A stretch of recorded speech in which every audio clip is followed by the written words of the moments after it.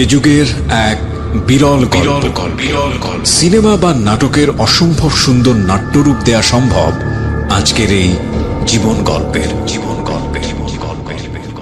কিন্তু গল্প শোনার পর মনে হলেও হতে পারে এটা সিনেমাতেও আসলে রূপ দেয়া সম্ভব নয়। অনেক শক্তিশালী একজন পরিচালক এমন সত্য গল্পকে কতটুকু সত্য ফ্রেমে তুলে নিয়ে আসতে পারবেন সেটা নিয়ে সত্যিই চিন্তার বিষয়।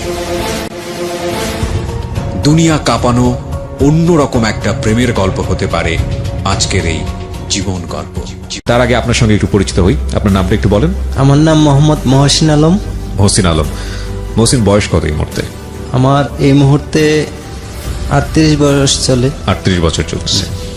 আপনি সুস্থ আছেন তো না? জি, আপনি আমি এখন সুস্থ আছি। বলতে পারবেন তো ঘন্টা দুয়েক আমাদের সঙ্গে? জিও, কারণ বলতে আপনি জার্নি করে কতক্ষণ লেগেছে ওখান থেকে আসতে? জার্নি 12:30 উপবনে উঠছি, হ্যাঁ। আর সকাল 5টা বাজে নামছি টঙ্গীতে। সারা রাত এইভাবে জার্নি করেছেন? জি, জার্নি করেছি। বাচ্চারাই তো একটু ঘুমাইছে, আমি তো আর ঘুমাইতে পারছি না, আমি ওনাদেরকে এবং পাহারা আপনার দিচ্ছি। বাচ্চাদের জন্য এটা মানে প্রথম ঢাকা শহরে আসা? জি জি, প্রথম। আপনার ওয়াইফের জন্য? ওয়াইফের জন্য, 3 বাচ্চার জন্য প্রথম ঢাকা আসা। ঢাকা শহরে যারা প্রথম আসে, বিশেষ করে গ্রাম অঞ্চল থেকে, তাদের 100 জনের একজন লোকেরও যদি জিজ্ঞেস করা হয় যে কেমন লেগেছে, কেউ বলবে না ভালো লেগেছে। কারণ ঘিঞ্জি, জ্যাম এবং সবাই অসুস্থ হয়ে গেছে। আমি দেখছিলাম যেটা ওনারা স্টুডিওর বাইরে অপেক্ষা করছেন। যাই হোক, প্রয়োজন হলে ওনাদের সঙ্গে আমরা কথা বলবো। আপনার জীবন গল্পটা আমি আজকে এখানে তুলে ধরবো এবং আমি ঠিক জানি না, আমি একটা কথা শুনেই, পুরো গল্পটা না শুনেই আজকে লাখ লাখ জনতার সামনে এই ভদ্রলোককে আমি হাজির করেছি। নামটা আরেকবার একটু বলেন। আমার নাম মোহাম্মদ মহসিন আলম। মহসিন ভাইকে আমি লাখ লাখ জনতার সামনে হাজির করেছি এবং হয়তো আমার জীবনের অন্যতম একটা সেরা গল্প আজকে আমি আপনাদের সবার সামনে উপস্থাপন করতে যাচ্ছি। তো মহসিন ভাই, আমি ছোটবেলা থেকে শুরু করতে চাই। তার আগে আপনি আমাকে বলেন, আপনি মৌলভীবাজারের একটা প্রত্যন্ত অঞ্চলে থাকেন। জি। ওখান থেকে আমাদের ঢাকা এফএম শোনা যায়? জি, শোনা যায়। তো আপনি কটা পর্ব শুনেছেন? একটা দুটো পর্ব শুনেই কি আপনি এখানে কল করেছেন নাকি অনেক আগে থেকে শুনতেন? আমি মোট 2টা গল্প শুনেই আমার খুব ভালো লেগেছে। যে আমি আগে জানতাম না যে FM 90.4 এত ভালো গল্প হয়, মানুষের জীবন গল্প নেই। এই ধরনের প্রোগ্রাম আপনি আগে কখনো শোনেন? জি না, শুনিনি। আপনি হয়তো জানেন না যে আমি কিবরিয়া, আমি অন্য একটা স্টেশনে ছিলাম। আমি প্রায় 6 বছরের অধিক সময় এই ধরনের একটা প্রোগ্রাম করছি এবং আমার খুব ভালো লেগেছে। আমি এটাই বলেছিলাম যে স্টেশনে জয়েন করবার আগে, যে আগে শুধু ঢাকার মানুষ শুনতে পেত, তারপরে চিটাগং কিংবা কক্সবাজার, এখন সারা বাংলাদেশের মানুষ শুনতে পাবে। আমি 1 মাসের অনুষ্ঠান করতে না করতেই সেটার ফলাফল পাওয়া শুরু করেছি, আলহামদুলিল্লাহ।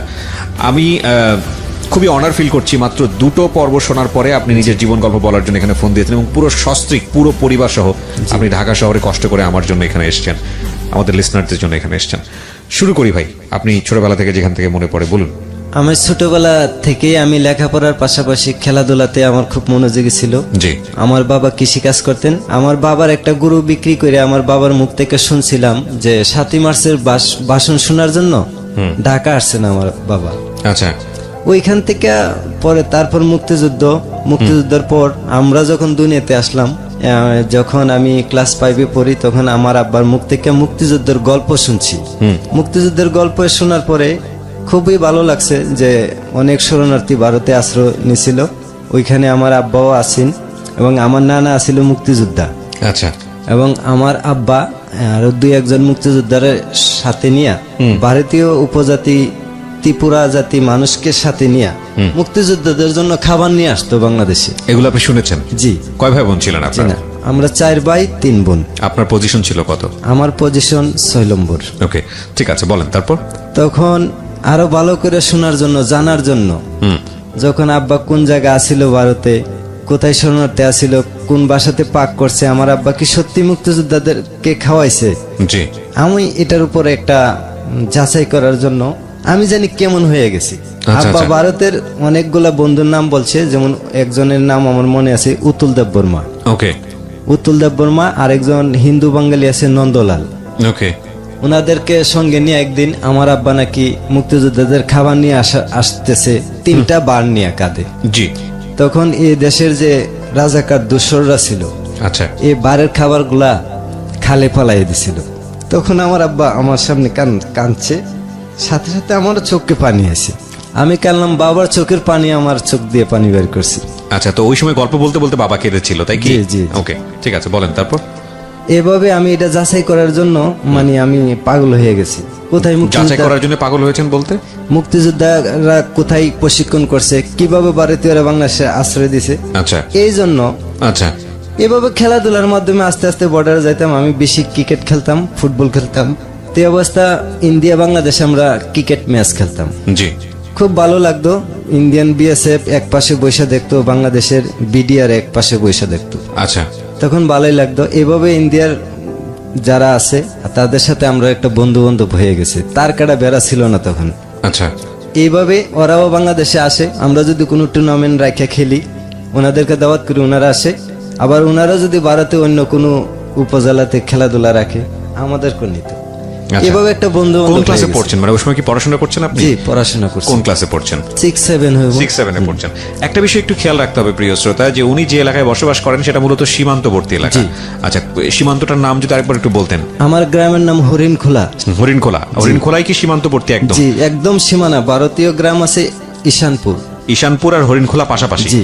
তো দুই গ্রামের ছেলেপেলেরা আপনারা খেলাধুলা করতাম। এতে কোনো সমস্যা হতো না? জি না। আচ্ছা, এবং ইন্টারেস্টিং। ইন্ডিয়া প্লাস বাংলাদেশের দর্শকরা মই মুরব্বী বা সীমান্তরক্ষীরা উপভোগ করতো। তখন এভাবে আস্তে আস্তে খেলাধুলা ভালো আগাইতেছি। এভাবে আমাকে দাওয়াত করলো একটা টুর্নামেন্ট খেলার জন্য। ওকে।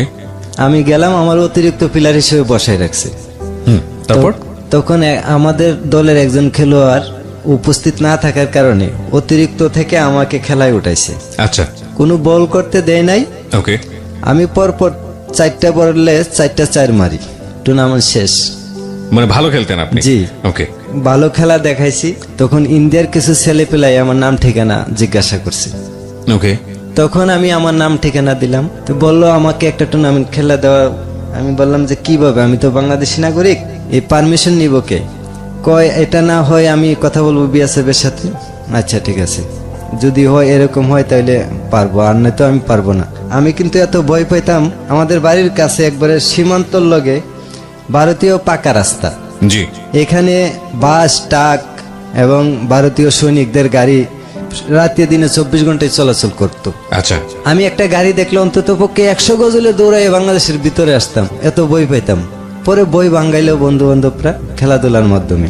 তখন এইভাবে বন্ধুরা আমারে নিল। নেওয়ার পরে গ্রামের নাম হইলো বজন্তিপুর। ওই গ্রামের পাহাড়ি একটা মাঠের মাঝে আমরা 15 ওভারের একটা খেলা খেললাম। ওয়ানডেও না, টি20ও না। ওকে। এভাবে ভালো খেলা দেখাইছি। দেখাইতে দেখাইতে আস্তে আস্তে একটা বন্ধুত্বের মতো গড়ে উঠতেছে ছেলেদের সাথে। জি।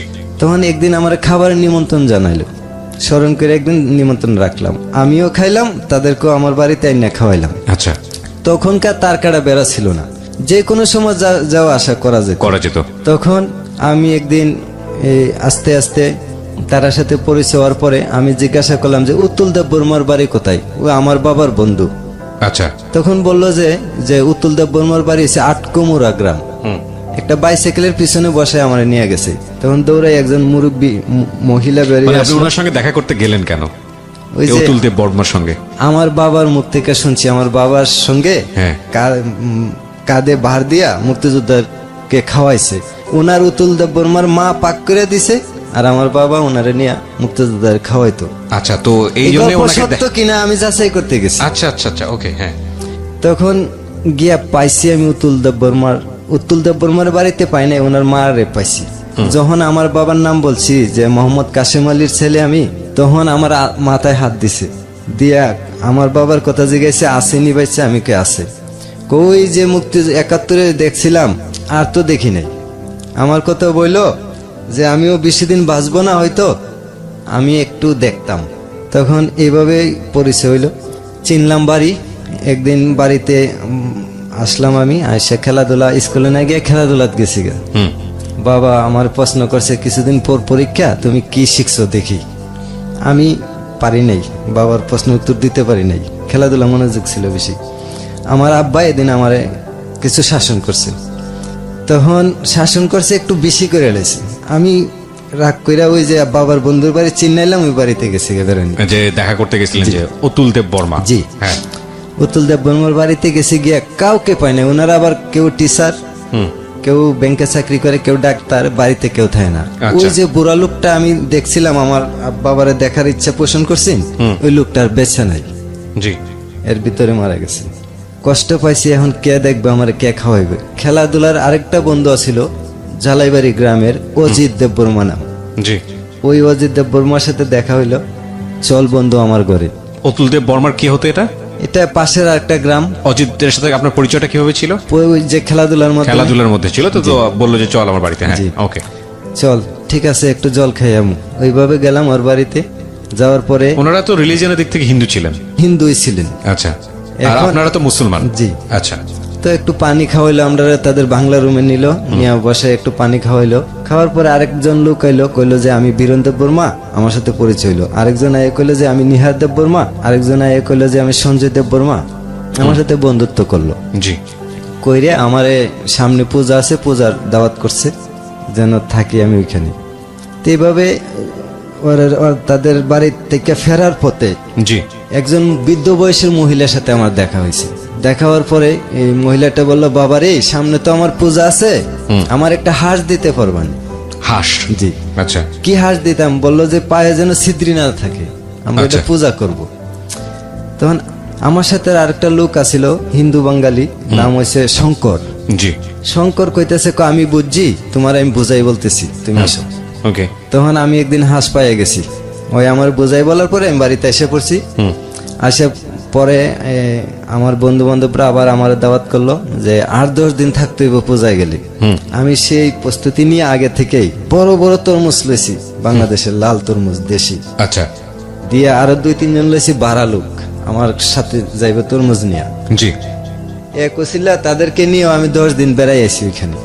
10 দিন ওখানে থাকলেন? জি, বন্ধুদের বাড়িতে থাকতে থাকতে এই বাড়ির থেকে ওই বাড়ি, ওই বাড়ি থেকে ওই বাড়ি, আস্তে আস্তে বন্ধু বান্ধব খালি বাড়তেছে। আচ্ছা। আর খুব আদর করতেছে। আর আমাদের যে বাংলাদেশের যারা শরণার্থী হিসেবে আছেন, তাদের খুব প্রশংসা করতেছে। এমুককে চিনো, তমুককে চিনো, যে ফুলমিয়াকে চিনো, আসিমুদ্দিনকে চিনো, অচিনি। ও, ওই সময়টাতে শরণার্থী হিসেবে ছিল 71 সময়টাতে। আচ্ছা। ওনারা তো এখন বুড়া হয়ে গেছে, বয়স হয়ে গেছে। বলতেছে যে ফুলমিয়ার অনেক মহিষা ছিল, চিনো? আমি যে চিনি।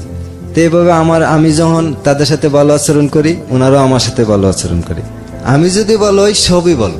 আমি এরকম একটা বুঝতে পারছি যে মানুষ দুনিয়ার ভিতরে সবাই ভালো, কিন্তু আমি যদি ভালো হই।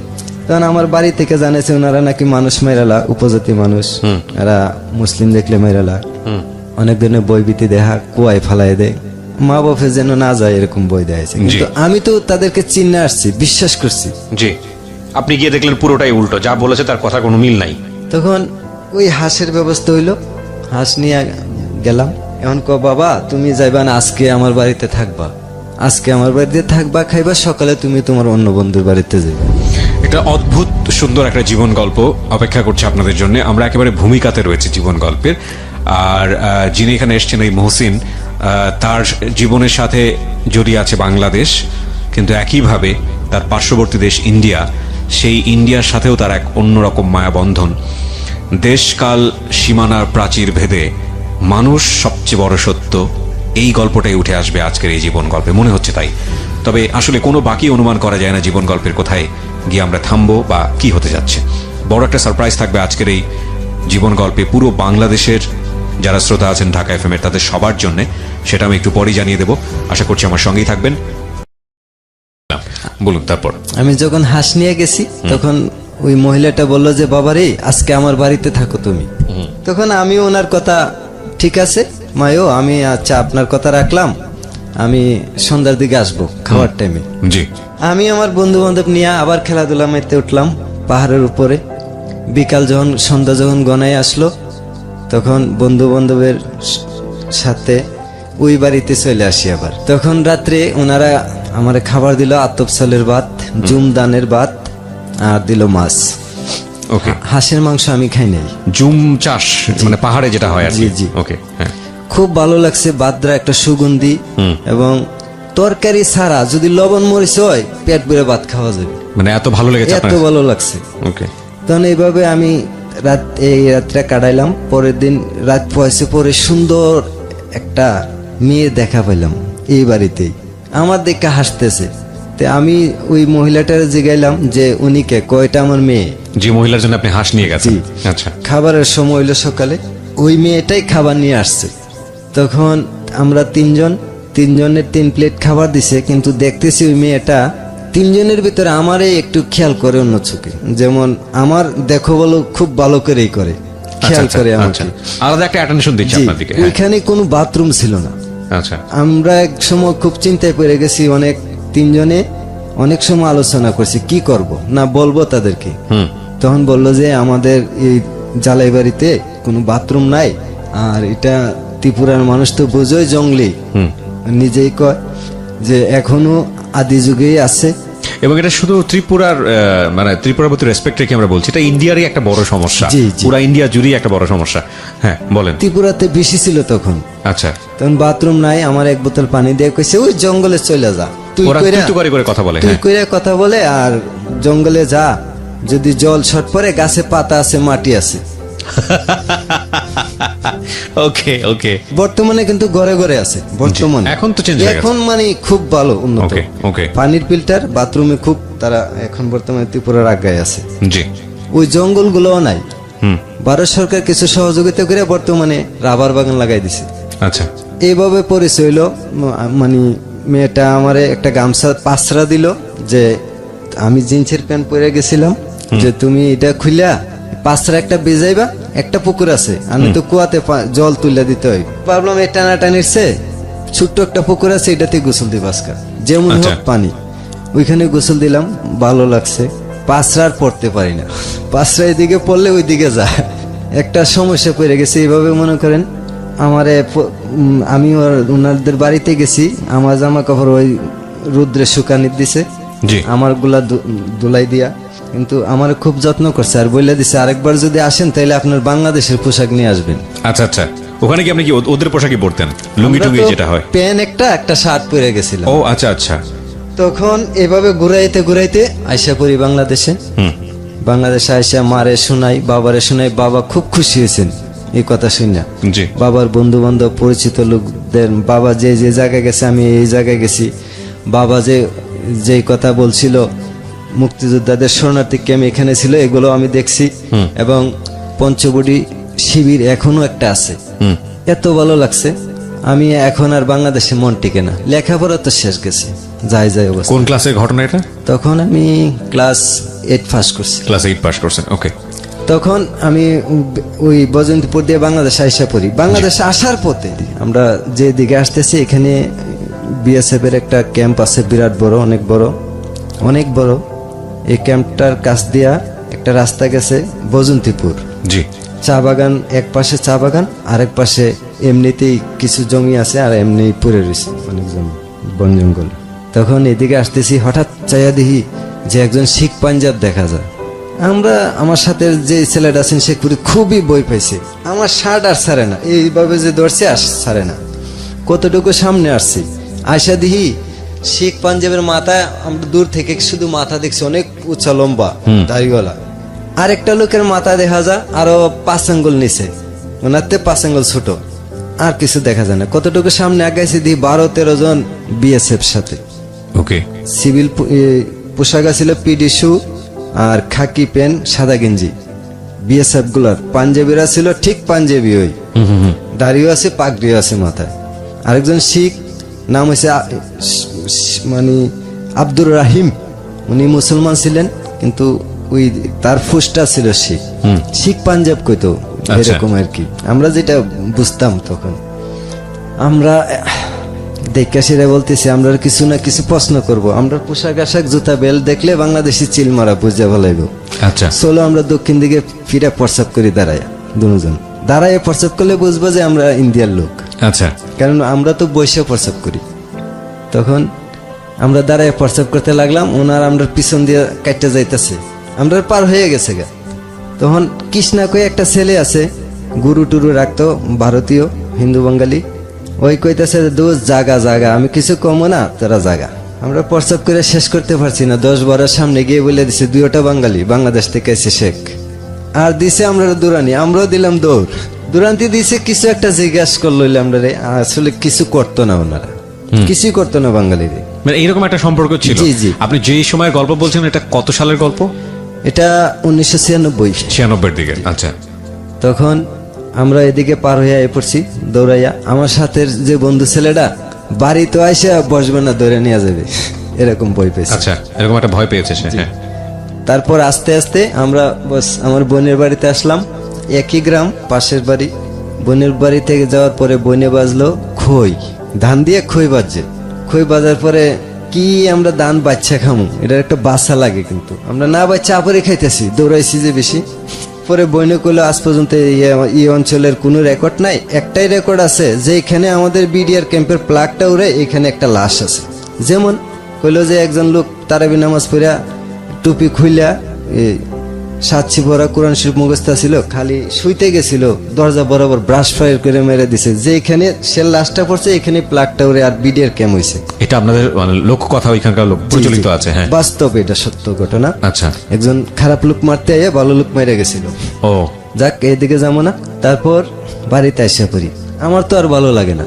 আমি যে আদর পাইছি ইন্ডিয়াতে, ত্রিপুরারা, হিন্দু বাঙালিরা বা লেবাররা যে আদর করছে, আমি তার সাথে ভাষা এবং মিল্লা চলে আসতে পারছি, আমার খুবই ভালো লাগছে। এরকমটা বাংলাদেশ তখন ছিল না।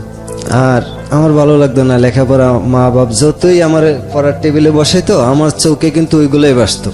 কি দেখলাম, পাহাড় পর্বত, কি সুন্দর মনোরম পরিবেশ, মানে কেউ কাউরে লাগালাগি নাই, গরু বাছুর পালাপালি নাই, ছেড়ে রাখছে, দুমছে খাইতেছে, বাচ্চা দিতেছে খাইতেছে, ডাক দিলে বাড়িতে এসে পড়ে গরু দুধ দেয়।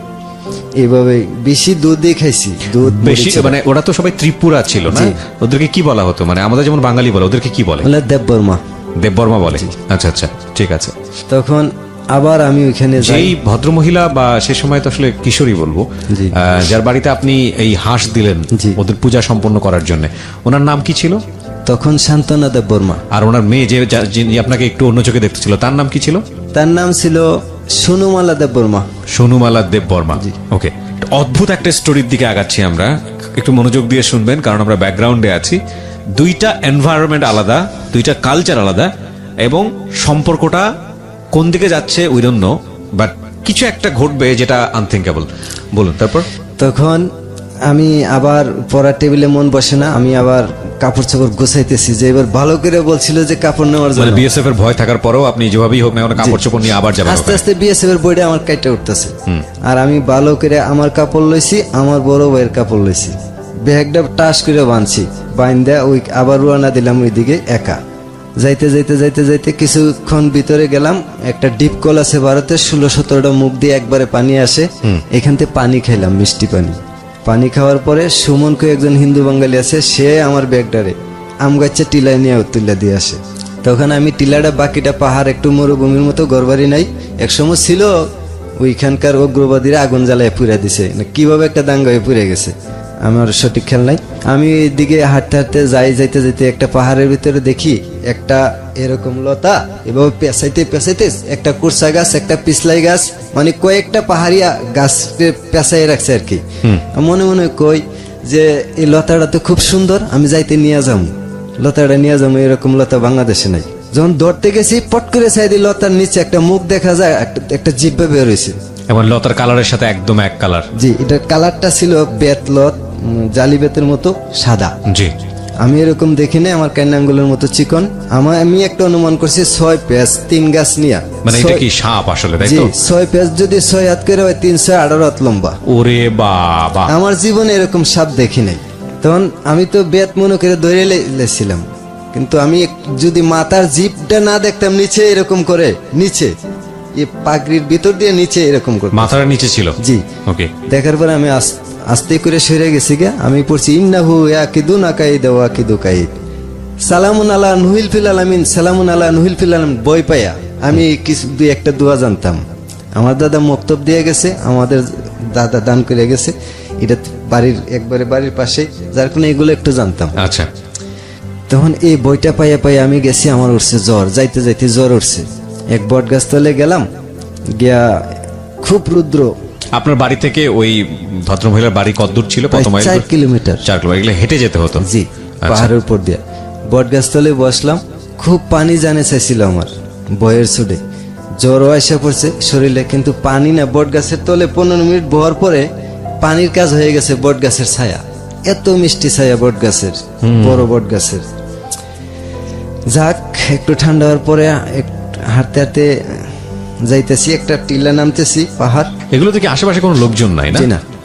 মানে টিলা- কতটা সুন্দর হতে পারে মৌলভীবাজার চা অঞ্চলে যারা বেড়াতে গেছেন বা এইসব পাহাড় দেখেছেন ওইসব ত্রিপুরা অঞ্চলের, তারা বুঝবেন যে আসলে ও যেটা বর্ণনা দিচ্ছে সেটা আসলে প্রকৃতি মানে নিজের হাতে সাজিয়েছে এরকম সুন্দর। আমার একবার যাওয়ার সুযোগ হয়েছিল, যে কারণে আমি ওকে মানে বুঝতে পারছি আসলে ও যেটা বলতে চাচ্ছে। হ্যাঁ, তখন আমি এইভাবে যাই গিয়া পুকুরের পানিতে, একটা ছোট একটা পুকুর, ওই যে গোলাপ পানি, জি। এটাতে একটু হাত মুখ ধুইলাম, ধর পানি হাতে নিয়ে দিই, হাতে নিলে পানি পরিষ্কার, কিন্তু ওই পুকুরে পানি গোলা, মাটির রং এটা। তখন এইভাবে যাই, আস্তে আস্তে যাই, উপরে উঠতেছি, ওটার পাহাড়ের উঠতেছি, জালাই বাড়ি, যে মহিলাটা আমার একটু ভালো পেত তার বাড়ির উদ্দেশ্য করে। এমনিতেই তার ভাবি একজন আছে, টিএসআর এর মেজর উত্তম দেববর্মারের বউ।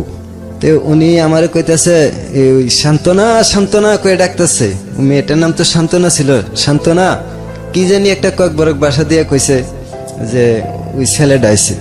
হে দৌড়াইয়া বেরোইছে, বাড়িয়ে দেখছে ওর পরনে মনে হয় কোনো খারাপ অবস্থা ছিল, পারিবারিক কাজ করতেছে আর কি। সে মাথাটা একটু বের করে জানলা দিয়ে, দক্ষিণের জানলা দিয়ে মাথাটা বের করে আমার দেখলো, দেখে আমার হাত দিয়ে ডাক দিছে, আইসা পড়ো, সমস্যা নেই। আমি ঘরে গেছি, গিয়া মারে পাইছি, ওই যে মাটির ঘর তো লেপা দিতেছে। মা কেমন আছেন? বালা বালা। বাবা তুমি ওইলে কেমন আছে? আমিও ভালো আছি। ও মা বলে বলতেন না? মা ডাকতাম, আচ্ছা। যেহেতু মা সন্তানের মতো আদর করতো, আমার আগলাই রাখতো। আচ্ছা, ওনারা ফ্যামিলি মেম্বার কয়জন ছিল ওনাদের? ওনারা ছিল 6 ভাই 3 বোন। বাবা? বাবা একজন। না, কিন্তু বাবা বেঁচে ছিল কিনা সেটা জিজ্ঞেস হ্যাঁ, করছি। বেঁচে বাবা তো ছিল, একজনই থাকবে। বেঁচে ছিল। ওকে, সো বাবা বেঁচে ছিল, 6 ভাই 3 বোন, 9 জন, 10 জন, 11 জন মেম্বার। জি। এই 11 জন কি সবাই কৃষিকাজের উপর নির্ভর? না, সবাই বাড়িতে না। তাহলে বাকি সবাই মেম্বাররা কোথায় ছিল? আমি বাড়িতে গিয়ে পাইছিলাম তখন এক ভাই সিমনা নানির বাড়িতে থাকে। আচ্ছা। নানির কোনো ছেলে নাই, মেয়ে আছে। এবং ওরা আর্থিকভাবে সচ্ছল ছিল ওই সময়? যে সচ্ছল ছিল। তারপরেও এত মেম্বার থাকার পরেও আপনি যখন যেতেন, মেহমান তার সন্তানের মতো দেখতো? জি। বুঝুন, যাদের সম্পর্কে আমরা এরকম ধারণা পোষণ করি ওরা আসলে কতটা অতিথি পরায়ণ। যাই হোক, তারপর ওই ঘরের পুরুষ লোকটার নাম ছিল হরে কৃষ্ণ দেববর্মা। আচ্ছা, ওনার 116 বিঘা জমি ছিল। ওরে বাবা। ওকে, তাহলে আর কি লাগে? উনি দানবীরও ছিলেন, মানুষের ভালোবাসতেন, এমনি দিয়ে দিতেন। অনেক বাঙালি আছে এমনি এখনো করে খেতেছে ওই ওনার জমিগুলা? জি জি। আচ্ছা, উনি এখন নাই, বর্তমানে নাই, চলে গেছেন। আমাকে যখন ডাকলো তখন আমি গেলাম, মা কেমন আছেন? বালা। বাবা তুমি কেমন আছো? আমার ওনার বাম হাতটা ভালো ছিল, আমার মাথায় হাত দিয়ে বলছে যে বাবা তুমি কেমন আছো? ভালো আছি। বাবা রে, তুমি যে গেলা, আর তো অনেকদিন ধরে তোমারে দেখছে না, মায়াটাও 2-3 দিন ধরে খাইছে না, কি জানি হইলো, তুমি মায়াটারে একটু বুঝাইয়া যাও আমারে কইলো। আমি কইলাম ঠিক আছে আম্মা। মা ডাকতাম, মা ঠিক আছে, ওনারাও মা ডাকতো। আমরা বাড়িতে আমার মাকে আম্মা ডাকি। জি। আচ্ছা ঠিক আছে মা। মেয়েটা খায় না মানে কোন মেয়ে? ওনার যে মেয়েটা আপনাকে একটু অন্য চোখে তাকাইতো? একটু তাকাইতো। আচ্ছা। তখন আমি যে গেলাম, কি হয়েছে তোমার? তুমি নাকি খাও না? কাছে ডেকে আনছি। ওনার ফুফু ডাকতো ওনারে সঙ্গীতা বলে। আচ্ছা, সঙ্গীতা বলে ডাকতো। আমি যে গেলাম, সঙ্গীতা ডাকলো যে তোমার এত নাম কি? দেখবা আরেকটু থাকলে আরো দেখবা যে আরেকজনে আরেকটা নাম ডাকবো। তখন ওনার ফুফা আরেকজন এসে ডাকলো ওই কর্ম। আমি যে গেলাম, কর্ম মানে কি? সুন্দরকে কর্ম বলে, আদর করে কর্ম বলে। আচ্ছা আচ্ছা ঠিক আছে, যাক তুমি নাকি খাবার দাবার ছেড়ে দিছ, কি হয়েছে তোমার? না আমার তো শরীর স্বাস্থ্য সবই ঠিক আছে, মন যা আছে তাই তো খায়, জোর করে কেউ কি কিছু খাওয়ানি যায়? আমি কি না। তারপরও তুমি মনের ভিতরে অন্য কোনো জিনিস আছে নাকি? না কোনো সমস্যা আছে? না একটা বিয়ের আলাপ পাইছিন, এতে আমার মনটা একটু খারাপ, এই জন্য খাবার দাবার কমাই দিছি। বিরতি নেব এই পর্যায়ে প্রিয় শ্রোতা, আরো একটি ছোট্ট একটা বিরতি। অদ্ভুত সুন্দর একটা গল্প আজকে আমরা শুনছি, প্রকৃতি, পরিবেশ এবং মানুষ সবকিছু মিলিয়ে 2 দেশের গল্প, ইন্ডিয়া বনাম বাংলাদেশ এবং সীমান্তবর্তী এলাকার একটা গ্রাম মৌলভীবাজারের, যেটার পরিচয় আমরা একদম প্রথম দিকে দিয়েছি। সেখানকার 2 জন ছেলে মেয়ে, একজন মেয়ে হচ্ছেন ভারতের, ছেলে হচ্ছে বাংলাদেশের। এবং এটাই হচ্ছে ঢাকা এফএমে আমার ক্যারিয়ারের অন্যতম একটা অনুষ্ঠান, যেটা ঢাকা এফএমের নেটওয়ার্কটা আসলে কত বড় আপনারা, আমি যখন প্রথমে বলছিলাম আপনাদেরকে যে it's a huge platform for জীবন গল্প কিংবা সিক্রেটস বা আরও যে অনুষ্ঠানগুলো আছে। এই ছেলেটি সেই সীমান্তবর্তী অঞ্চলে থাকে, সেখান থেকে মাত্র 2টো এপিসোড শুনেছে আমাদের জীবন গল্পের। তারপরে সে আমাদের এখানে ফোন করেছে এবং আমরা তাকে এনেছি, পুরো পরিবার এই মুহূর্তে ঢাকা এফএমের স্টুডিওতে। এবং আনথিঙ্কেবল ব্যাপার হচ্ছে, উনি ছাড়া বাকি যারা এসছেন তারা এই প্রথম ঢাকা শহরে এসছে। চিন্তা করে দেখুন কি অবস্থা। আমরা মাত্র 2 মিনিটের বিরতি যেখানে ছিলাম মহসিন, তারপর কি হলো? আমি জিজ্ঞাসলাম যে কি হয়েছে তোমার, তুমি বিয়ের খাওয়া সাথে দাওয়া বিষয়, করো না? হ্যাঁ। বললো যে আমার তো একটা বিয়ে ছিল, এরপর থেকে আমার মনটা একটু খারাপ। তো বিয়ে তো ভালো কথাই, কিন্তু মেয়ে যখন হইছো একদিন বিয়ে বইতেই হইব। জি। সে বলল যে কথাটা তো ঠিক, কিন্তু আমার তো একটা পছন্দ আছে, ব্যাপার আছে, রাইট। কি তোমার পছন্দ কি আমারে বলো, যে আমি মারে বলবো। বললো যে তোমার কি বলবো, তুমি কি বুঝো না আমার কি পছন্দ? আমি কি না, আমি বুঝি না। আচ্ছা যাক, বুঝাবুঝি পরে, আগে বলো পাত্রটা কে, চিনো তুমি? আমারই একজন ফুফাতো ভাই, কিন্তু বয়স্ক অনেক বড়, আমার বড় বয়ের বড়। তাইলে এটা কেমন করে হয়? তারপর আমি এই কথা বলে আচ্ছা ঠিক আছে আমি একটু আসি, তখন আমার হাতে টান দিয়ে ধরছি মেয়েটা। আচ্ছা, কর্ম? জি, সান্ত্বনা। সান্ত্বনা কর্মসংগীতা একটাই। আচ্ছা, জি। আমার হাতে টান দিয়ে ধরছে, আমি তুমি আমার হাতে টান দিছো, যদি দেখে তোমার ভাইয়েরা তাইলে তো আমাকে শেষ। আমার আব্বা বলছিল যে কাইটা কুয়াতে ফেলাই দে, এটাই সত্য হবে। ওকে। তখন কো না, আমি আছি, আমি তোমারে বাঁচাইবো, কেউ তোমারে কাইটা কুয়াতে ফেলাইতে দিত না, আগে আমারে ফেলাইতে হইব। আচ্ছা। আচ্ছা কি চাও তুমি? তখন হে কইল বাংলাতে না কইয়া আমার কইল মুন্না আংনন হামযজ্ঞ। আঙ্গঙ্গ আংনন হামযজ্ঞ, আনন হাংযজ্ঞ। আমি শিখে যাচ্ছি আছে কিছু ভাষা। ওকে, তাইলে মানে?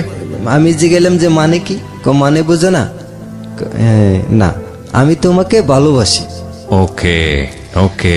আচ্ছা ঠিক আছে সান্ত্বনা, তাইলে তো তুমি ভালো করে বাসাও জানো, আবার বলতে পারো আমাকে 4-5টা ভাষা শিখাও, যেন আমি ত্রিপুরা রাজ্যে আসা বিপদ থেকে মুক্ত হইতে পারি, বিপদ সংকট যেন পাই, কেউ আমার বিরুদ্ধে সমালোচনা করলে যেন আমি বুঝতে পারি। রাইট। তখন সে বললো আচ্ছা ঠিক আছে, এই বরক পাইতঙ্গ লোকক সমান কইয়া চলে যাইতেছে। আচ্ছা। কি তুমি কি বলছো? মানে আর কিছু বলে নাই, হয়ে গেছে গা। তখন একজন গোপাল কইয়া একজন হিন্দু গরিব লোক আসলো আর কি বাড়িতে। তখন গোপাল আয়া কইতেছে, কয় রাখবেন কুমড়া কাঁঠাল কুমড়া। তো গোপাল আমি চিনি। আচ্ছা। তখন আমি গোপালটা দেখলাম, আমার দেখে কইতেছে, ওই আমার এইভাবে ডাকতো, মুশন এখানে কি বেটা তুই? আমি কিন্তু কাকারে বইলা দিব। আমারে কইতেছে, আমি ঠিক আছে যাও, তোমার তো মাথা ঠিক নাই, তুমি বইলা দিও কাকারে। তুমি কাকার দ্বারা যাইতে যেতে কিছু মনে থাকবে না, আমি আবার বলতেছি। তখন ওই আবার আসছে, আমি বললাম যে তুমি কি বইলা গেছিলা? হয় আমি বলছিলাম যে বরক পাইতঙ্গ উল্লোকক সমান, তার মানে লোক আসতেছে পরে কথা বলবো। এর কারণ কি, লোক তো এটা গোপাল তো বাঙালিরা আমাদেরকে অনেক হিংসা করে। কারণ বাঙালিরা তো বাংলাদেশ থেকে আসছে, আর আমরা তো ওই দেশের নাগরিক, আমরা জায়গা দিছি, থাই যুদ্ধের সময় আসে আর গেছে না, ওইখানে রয়েছে। আমার একটা বুঝ দিল।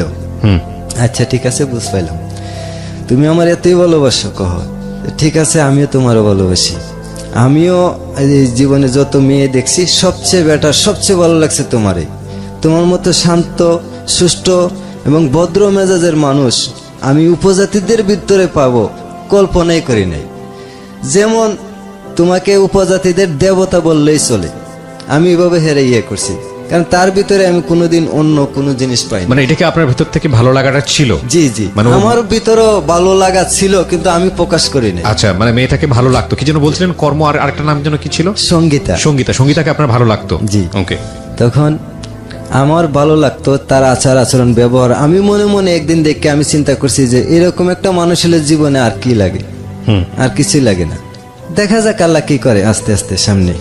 তখন সে যখন আমার ভালোবাসার প্রস্তাব দিছে, আমিও তাকে প্রস্তাব দিছি, তাকে আমি নিরাশ করি নাই, হাসাইছি। কারণ নিরাশ করলে যদি আমার ক্ষতি হয়, আমি ওই দিকেও খুব খেয়াল রাখতাম আমার নিজেকে নিয়ে।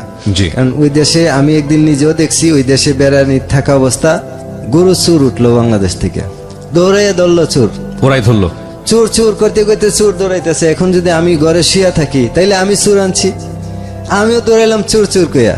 তো আপনি দৌড়াইতে দৌড়ে লেলো এক চুর। আচ্ছা। দৌড়াইতে মনে করেন দৌড়ে লেলাম একজন, আমার হাতে ধরা পড়ে নাই, কিন্তু আমার পরিচিত লোকজনের হাতে ভারতের ভিতরে ধরা খাইছে। আমরা প্রথমে গরুর পায়ের ছাপ দেখে দৌড়াইলাম পিছনে, পরে ঠিক গরু পাইয়ে গেছি। আগে গরু পাইছি, 2টা গরু আবার গাবি ওইখানে রাস্তায় বাচ্চা দিছে, যার কারণে 2টা নিয়ে আগাইতে পারছে না, একটু সমস্যা ছিল চোরা নাই তো। মানে কি ওই ত্রিপুরের যারা ছিল ওরা গরু ছেড়ে দিয়ে রাখতো, আর এখানে আমরা বাঙালিরা গিয়ে ওগুলো চুরি করতাম। জি, কোন কোন কোন গরু আছে, এই ঘর আছে মনে হয় বড় বড় গাছ দিয়া ফাঁকা ফাঁকা কইরা কইরা গাইরে রাখছে, এটা একটা ঘর। ও, এরকম আছিল আর কি। যেমন চুরি চুরি চুরি করলে করাটা খুব সহজ ছিল, চুরের জন্য কষ্ট না হয় চুরি করতে, এরকম ভাবে ওরা গরু পালতো। মানে কি, মানে চোরের কষ্ট না হোক। ওনারা তো ঘর বাড়ি বানাইতো না গরুর জন্য, গরু সারা থাকতো, ফসল আবাদ করতো কম, জুমের সময় খালি একটু বেড়া টেরা দিয়া। আচ্ছা, ওই পাহাড়ে যেটা হয় আর কি। আচ্ছা আচ্ছা, পাহাড়ে তো গাছের অভাব নাই, গরু ইচ্ছা মতে খাইতো। ওকে। তখন দৌড়াইলো, দৌড়াইয়া ধরলো, ধরার পরে ওই যে এক চুর লুকাইয়া গেছে গাছে গাবি বাচ্চা সহ চুরি করে আজকে নিয়ে যাইব। গরু যখন কষ্ট করে আনছি এত পথ, বাকি পথ নিয়ে যাম, এরকম একটা মনোভাব ধরছিল আর কি। লুকাই আছে। তখন উপজাতিরা এরা খুব চালাক, তারা দেশীয় অস্ত্র তীর ধনুক লইয়া বের দিছে একটা জঙ্গল। বের দেওয়াতে দুইটা শিয়াল পাইছে, শিয়াল দুইটা মারছে, শিয়াল দুইটা মারছে, মারা একজনের দুইজনে কইরা এর মধ্যখানে ঝুলাইয়া বাইন্দা পাও দিয়ে ঝুলাইয়া বস লইয়া যাইতেছে। আর আমরা অপেক্ষা করতেছি, আমরাও বেরের এক মাথায় আছি, অনেক বড় জঙ্গল এটা, আমাদের কাছে কোনো খবর আসে না। ওই বেরের মাঝে আর চিরুনি অভিযানের মতো মনে করেন থাবাই থাবাই পায়ে লিলে এক সুর শুয়ে রয়েছে। এটা 3-4টা ফাড়া দিছে না গায়ে দিছে, এটা উফ শব্দ করে নাই, যেন না বুঝে আমি আছি। হালকা পানি, হালকা জঙ্গল একটা জায়গা, পাহাড়ের থেকে পানি সুর ধরে যে এখানে পড়তো, এটা একটা কুয়োর মতো হয়ে গেছিল এখানে।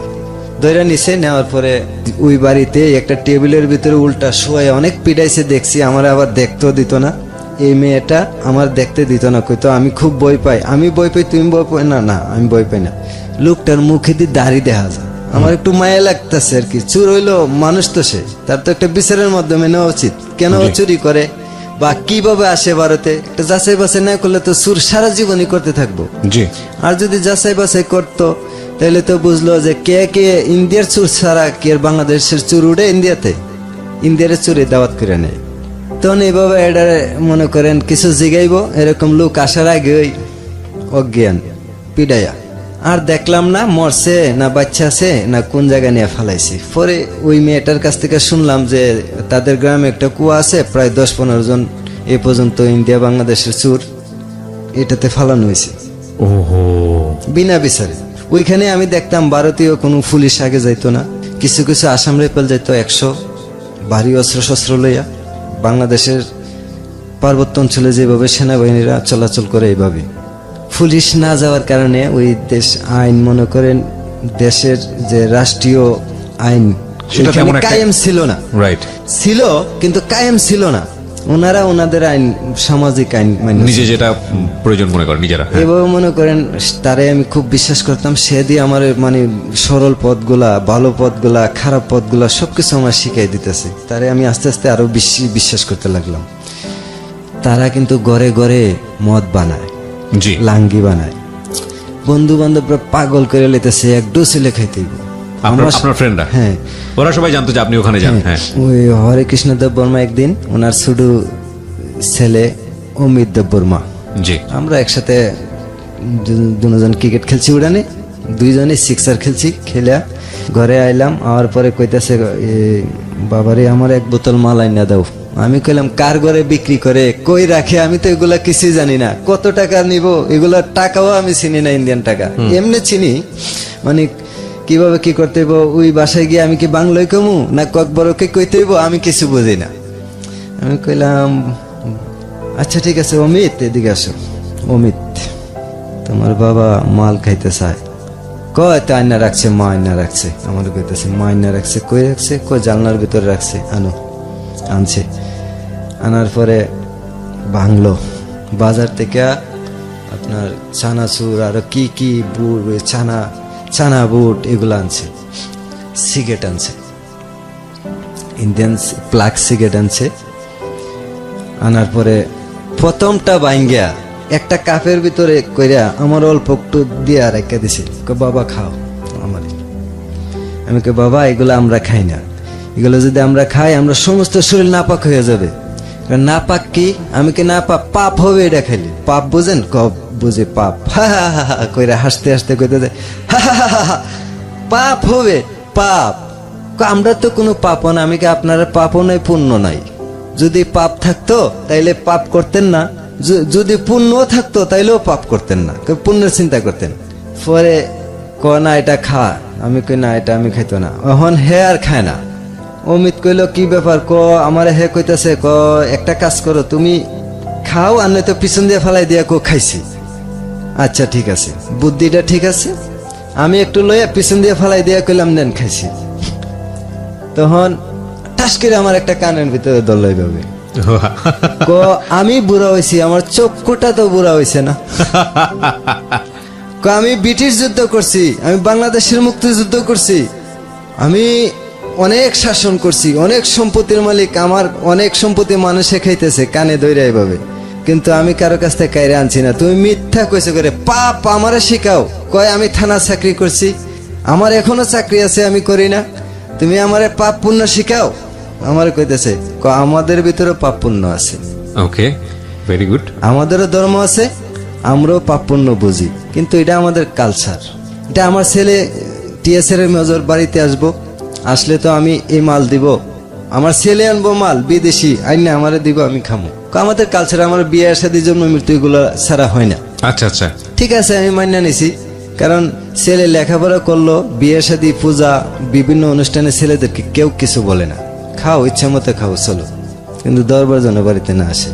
এভাবে ওই মহিলাটা, ওই মেয়েটা এক চোখ করে তাকায় রইল, আমি নি খাই। মহিলা বলতে এই মেয়েটা সঙ্গীতা, আচ্ছা সঙ্গীতা, হ্যাঁ। আমি নি একটু খাই, এরকম করতে পারে। সে খায় না খায় না খায় না, খুব কষ্ট পরে যে গেলাম কি করতাম, কয় কি করবা, মুখটা দিয়ে একটু জিব্বাত লাগাই দাও। আমি একই তো হইলো, মানে আপনি না খাওয়ানো তো উনি খাচ্ছে না, এরকম না কি? হ্যাঁ খাচ্ছে না, না আপনাকে খাইতে হবে, এটা ওদের কালচার। মোল্লা মানুষ গেল দিবে, খাইলে খাও না খাইলে না, এরকম পরিস্থিতি আর কি তখনকার। বর্তমানে অনেক পার্থক্য আছে, অনেক ব্যবধান আছে। তখন কি করব, জিব্বা দিয়া মুখটা দিয়া জিব্বায় লাগাইলাম, ছায়া দেখি যতটুকু ভিতরে গেছে ফুটতে ফুটতে ফুটতে ফুটতে ছাই হয়ে যাইতেছে ভিতরে, কোনো কিছুই আমার ভালো লাগে না। এরকম হয়েছে আর কি। হঠাৎ জীবনের প্রথম বিড়ি সিগারেট কিছু খেতাম না আমি, কি দিল রে, কতটুক পরে দিহি, আমার তো একটু কম, অল্প একবারেই খালি একটু দিছিলাম, কথা খালি রাখছি, দিহি এটার ভিতরে একটা কিরকম কিরকম আছে, একটু ইন্টারেস্ট, একটু মজা আছে, এরকম বোঝা যাইতেছে, কিন্তু আমার খুব খারাপ। আমি একটু পরে বমি করে দিই। পরে এই সঙ্গীতা বমি করছি, বেশি করছি, খাওয়া দাওয়ার পরে আমার দিয়েছিল জিনিসটা। আর আসলে আমরা তো মুসলমান, এটা আমাদের অঙ্গ মান্য নেয় না, যার কারণে এটা বের হয়ে গেছে গা। আমি তখনকার শীত ছিল, একটা লেপ একটা তোষক আমি একবারে শেষ করে দিছি। তখন এই সঙ্গীতার মারে নিয়ে এটা পরিষ্কার করছে। সারা রাত্র আমার দেখো ভালো করছে, আমার মাথায় পানি দিছে, তেল দিছে, ভালো করে আমার দেখাশোনা ভালো করেই করছে।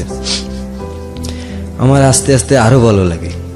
ওনার বড় ভাইয়েরা একজন 94 ব্যাটালিয়ন বিএসএফ এর দিল্লি বর্ডারে ছিল। আচ্ছা, বিএসএফ এর মেম্বার ছিল। হ্যাঁ, রাজীব দেববর্মা। সে আসছে, আসার পরে দেখলাম যে বোনকে খুব আদর করলো, সবাই আদর করে কর্মটাকে। একটাই বোন আছে, আর বড় গুলা বিবাহ হয়ে গেছে। একজন আসিল তখনকার কাশ্মীরি, আর একজন আগরতলা উদয়পুরে, সরি একজন আসিল এই নিজ গ্রামেই পূর্ব পাশে পূর্ব জেলায় বাড়ি। আচ্ছা, যে কাশ্মীর তার বাড়ি আগরতলা উদয়পুর, ওকে, স্বামীর বাড়ি। টিচার চাকরি সুবাদে কাশ্মীরে চাকরি করতো। তখনকার এই মেয়েটার সাথে বললাম যে আমি তো মা বাবার বাড়ির যে লোকেশন আমি দেখতেছি, আমাকে নিয়ে মানে বেশি ভালো না, হয়তো আমার বাহিরে পাঠাই দিব, আর নয়তো ঢাকা বা যে কোনো একটা কাম কাজে দিয়ে দিব, হার পালবে না। মা বাবা বলে দিছে আমারে, হার পালবে না, পালতে পারে যদি ভালো হয়, নামাজ রোজা করি, আমাদের ইসলামের সব কালচারাল মান্য চলি, তাইলে পালবো, নয়তো আমার যে কোনো জায়গায় পাঠাই দিব। যদি দেখা না হয় তোমারে কে এসে পামো আমি? কয় আমরা যারে মন দেয় তার সাথে সংসার করে। আরে আমার মন দিছো, তাইলে আমার সাথে সংসার করবো তুমি? কহ করব, আমি তোমার মন দিছি, তোমার সাথে আমি সংসার করব। তাই আমি চিন্তা করলাম সংসার করব আমার সাথে, তার মানে আমি মুসলমান, তুমি ত্রিপুরা। এই প্রশ্নটা আমাদেরও আছে, এবং হিন্দু দ্বারা ধর্মে। দেখেন, দুটো দেশ আলাদা, দুটো সংস্কৃতি আলাদা।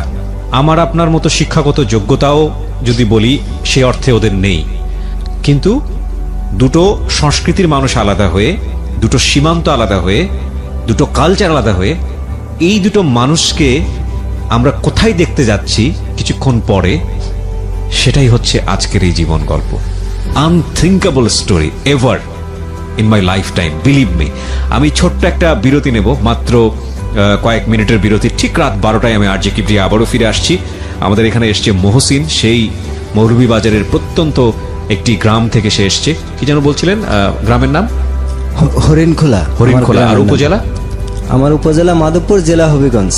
হবিগঞ্জের সে হলো মাধবপুরের হরিণখোলা গ্রাম থেকে এসছে, একদম সীমান্তবর্তী, ভারত সীমান্তবর্তী একটা গ্রাম, সেখান থেকে এসছে, একবারে প্রত্যন্ত অঞ্চল থেকে। আমরা তাকে নিয়ে ফিরছি ঠিক রাত 12টায়। জীবন গল্প, জীবন নাটকের চেয়েও নাটকীয়। জীবন গল্প।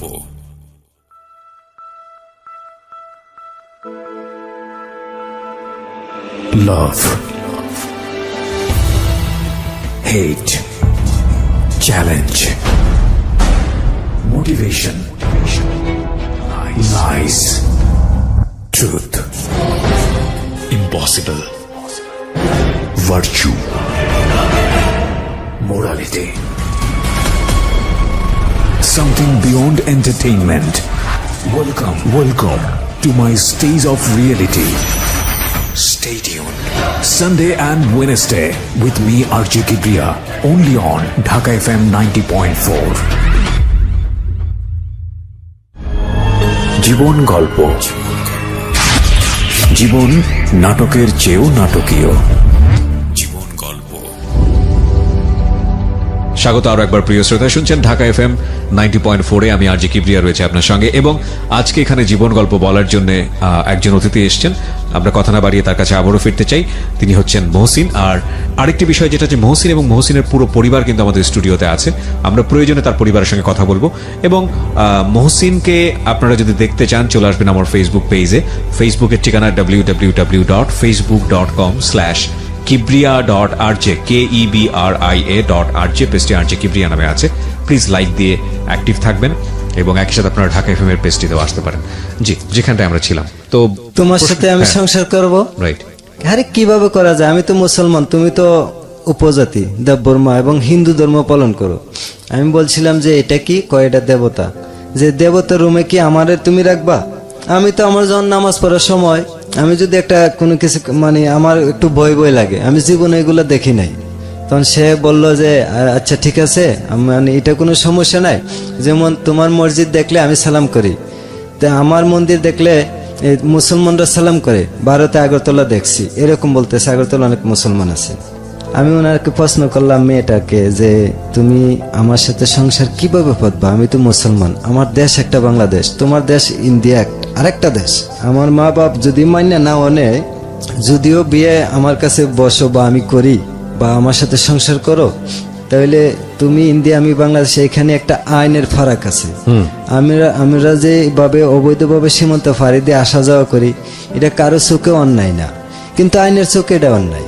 আইনের চোখে অন্যায়। ৭১-এর মুক্তিযুদ্ধের পরে যেভাবে এই দেশের শরণার্থীরা আসা যাওয়া করতো, ঠিক ২০০৪ পর্যন্ত আমরা এইভাবে আসা যাওয়া করছি। খুব ভালো লাগছে, খুবই একটা মিলমিশা ছিল আমরা পার্শ্ববর্তী ইন্ডিয়ার সাথে। রাইট, প্রেক্ষাপট অনেকখানি চেঞ্জ হয়ে গেছে, সেটা আমরাও জানি। তারপরে কি বললো মেয়েটা, কি বললো? তখন মেয়েটা বলল আচ্ছা ঠিক আছে, আমি বলছি যে সংসার করা যায়, কোনো ব্যাপার না, দুইজনে ঘর থেকে বের হইলেই সংসার পাতা যায়, কিন্তু কিছু প্রস্তুতি দরকার। আর আমারও বয়স কম, আর ২০ বছর পূর্ণ হয়ে যাক, আর তোমারও 18 বছর পূর্ণ হয়ে যাক। কারণ ২০ বছর আগে বাংলাদেশের কোডে বিয়ে করাবে না। আমরা যদি গোপনে কোনো কাজের কাছে যাই, টাকা খাইয়ে হয়তো বিয়ে করবে, কিন্তু সে রেজিস্টার করবে না। আমার মাথায় এরকম একটা খেলা খেলতো। চিন্তা করতে করতে সে বলল যে তাইলে কি করা যায়, যদি আমার বিয়ে দিয়ে দে, যদি তোমার বিয়ে দিয়ে দে তখন বোঝা যাবে, আর যদি আমাকে পাইতেছে তাহলে আরো 1 বছর অপেক্ষা করতে হবে। এটা আপনি বললেন? জি। ওকে। তো এইভাবে 1 বছরের অপেক্ষার ভিতরে যদি আল্লাহ তোমারে দেখায় দেখতে পারবা, আর যদি না দেখায় দেখতে পারতে না, আমি তোমার বাড়িতে আসতে পারবো না, ওইখানেও কিছু শত্রু জন্মাই গেছে। এইভাবে তাইলে তোমার সাথে আমার কিভাবে দেখা হবে? আমি যারা পিউন বানাইছি হ্যাঁ তোমার ভাইয়ের কাছে বইলা দিছে, ভাই তোমার পিড়াইছে, এখন তো আমার মাইরে ফেলাই দিব, আমার মা বাবার কথাই সত্যি হয়ে যাবে। কি করা যায়? কয়েক কাজ করো, আমি ভাদুর মাস আইলে মায়া বন্যা দিব, তখন তুমি আমার দেখতে পারবো। মায়া বন্যা মানে? মায়া বন্যা মানে ক্ষেত রুয়া দিব, ধানের আচ্ছা। চারা রোপণ করবো। ওকে ওকে। কোথায় করবা? কই যে সিধাই তোমাদের বাড়ির এই বরাবর যে একটা টাওয়ার আছে বিএসএফ ফারাদে, টাওয়ারের পূর্ব পাশে একটা সরার বাঁধ আছে, বাঁধের কাছে আমাদের অনেক জমি আছে, আমার গুলোও লাগামু।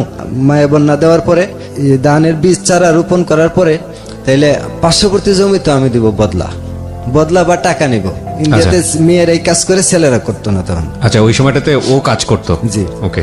আমার আব্বা জিজ্ঞেস আমারে যে আমার ছেলে কই, আম্মা কইছে কার খেতে জানি বদলা দিতে গেছে, মানে আমি আরেকজনের কাজ করে দেবো, সে আমার কাজটা করে দিবে। জি। এইভাবে ওইখানে গেলাম, যাওয়ার পরে সুদন কাকারে কইলাম যে কাকা আমারে কত টাকা দিবেন? 30 টাকা করে দেবো। আমি 30 টাকা দিবেন? আমাদের বাংলাদেশে 20 টাকা, আপনি 30 টাকা দিবেন? আমরা আগে শুরু করলাম রুয়া। আমি একটা ছেলে নিয়েছি বাংলাদেশ থেকে, শেখ ফরিদ, ওই শেখ ফরিদ রে নিলাম। জি। একজন গার্ড না থাকলে বা সঙ্গী না থাকলে ভালো লাগে না। নিলাম, নেওয়ার পরে আমরা সুন্দর করে আওলা লাগাই, মানে দূর ছাড়া, সুতা ছাড়া, লাইন ছাড়া, যে যেমনি পড়ো লাগাই যাও। লাগাইতেছি, হঠাৎ করে দুই পাল বাংলা ভাষার চিঠির একটা কথা বলি আমি। একদিন আমার একটা চিঠির উত্তর দিছিল যে আমি জিজ্ঞাসিলাম তুমি কেমন আছো, পরীক্ষা তোমার কেমন হয়েছে, কি আসো বিষয়। সে প্রতি উত্তরে আমারে বলছিল যে মুন্না, পত্রের প্রথমে আমার প্রাণ জ্বালা ভালোবাসার প্রীতি ও শুভেচ্ছা নিও। আশা করি আল্লাহর কৃপায় ভালো আছো, আমিও ভগবানের কৃপায় একবার ভালো বলতে পারি। আর পরীক্ষার কথা জানতে চেয়েছিলে, স্যারে যদি আমার প্রেমের গল্প লিখতে দিত তাইলে সবচেয়ে বেশি নাম্বার পেতাম। মানে এক একটা চিঠি যদি আমি 100 বার পড়ি আমার তৃপ্তি মজদ না। Beautiful, awesome story, awesome story. Okay. তখন আমি বইলা দিলাম যে আর তো আমার দেখা পাইবা না, আমি তো আর 10 দিন 12 দিন রুয়া, তারপর শেষ। তারপর তুমি তোমার দেশে, আমি আমার দেশে, কি করা যায়? তুমি কি আমাকে সত্যিই চাও? তুমি আমার বিয়ে করবা? করবো। আমরা যারে প্রেম করি তারে বিয়ে করি। ঠিক আছে, তখন আমার সাথে যে প্রেম করছে বিয়ে করবা? করুম। আমি তো মুসলমান, তুমি যে ত্রিপুরা, তা কি হয়েছে? আমি তোরে বিয়ে করব, তুমি যে মুসলমান হইতেইব। তখন সে বলল হ্যাঁ ঠিক আছে, আমি মুসলমান হইব।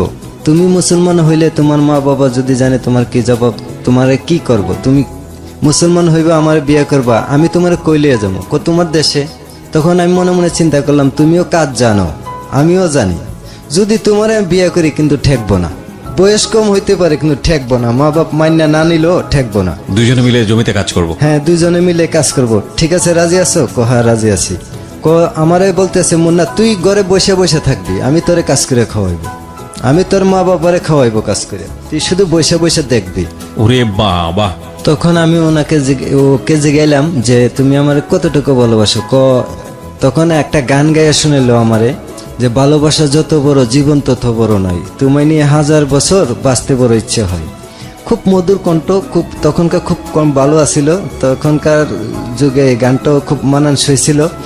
আমি গানও জানি, মনে মনে বলতেছি সবই তো সে জানে, জ্ঞানটা একটু কম। আমি যতটুকু চিন্তা করছি আইন সম্বন্ধে, দেশ সম্বন্ধে, জাত ধর্ম বর্ণ, সে কিছুই চিন্তা করে না। সে শুধু চিন্তা করছে আমার কিভাবে পাইতো, আমার কাছে সে বিয়া বসতো প্লাস সংসার করতো। এটাই লাইফ, এটাই লাভ। আমরা একটা ছোট্ট তখনকার সে আমার কথাতে আমি তাকে যেভাবে যুক্তি দিছি যে তুমি জাত ছাড়তে হইব, দেশ ছাড়তে হইব, মা ছাড়তে হইব, বাবা ছাড়তে হইব, তো ভালোবাসার টানে সবকিছু ছাইরা আমার কাছে যাইতে হইব নতুন আরেকটা জীবনে গিয়া। তুমি এখন যেভাবে জংলার সারা হরিণ, যখন তুমি খাঁচায় আটকাইয়া যাইবা তখন তুমি বুঝতে পারবা দুনিয়া কিভাবে চলে। তখন সে কইতেছে আমি সবকিছু মান্যা নিব, আমার বুঝাইতেছে তার বাসা দিয়ে, সে বাংলা জানতো না, যে আসলে আর নির্গুণে দেশ থাক না, আমি তোর দেশেই যাব। ঠিক আছে, তে কবে? আজকে, এখনই। আমি কিনা এখন না, একটা প্রস্তুতি নাও। তখন ঠিক আছে কালকে কালকেই দেখা করব।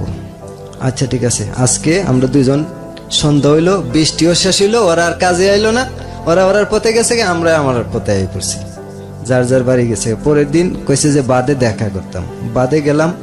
যাওয়ার পরে আমি ওই আসে নাই, আমি মনে মনে বলছি আরে জংলার পশু কে আর পালা মানে, পোষ মানে ওই তো এত আশা ভালোবাসা দিয়া আমারে বুঝায়, আজকে আমারে বাদের পাগল করে বাদে বসাইয়া সে নাই। যা অপেক্ষা করতে করতে 1000 মশার কামড় খাইলাম। মশা কামড়া না কি কামড়া বুঝি নাই আসলে। তখন আমি আসা পড়লাম বাড়িতে, আইসা মনে মনে সারা রাত আমি খাইলাম না, খালি রাতে কাঁদলাম ওর জন্য।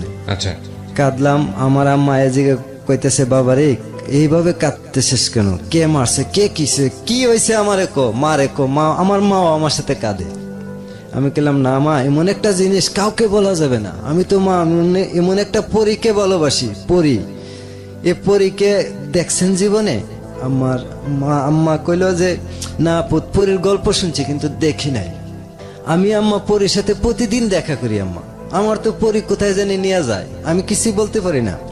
এরকম পরী আমার জীবনে দেখি নাই মা।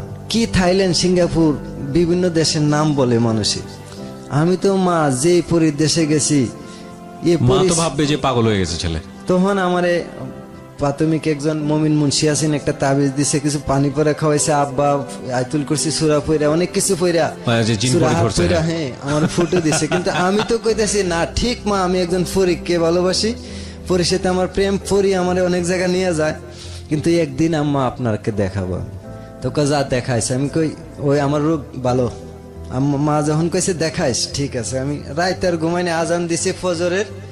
আমার একজন শিক্ষক আছেন আমার পাশের, আমার বেডে থাকতো, সে আমার নামাজে নিছে, নামাজ পড়তাম, আমি উজু করে নামাজ পড়ছি, আমি দাঁড়াই রয়েছি, সে সেজদা দিতেছে, উঠতেছে, রুকুত যাইতেছে, আমার তো খেয়াল নাই। হঠাৎ করে সাইদে সে বলতেছে আসসালামু আলাইকুম ইয়া রাহমাতুল্লাহ।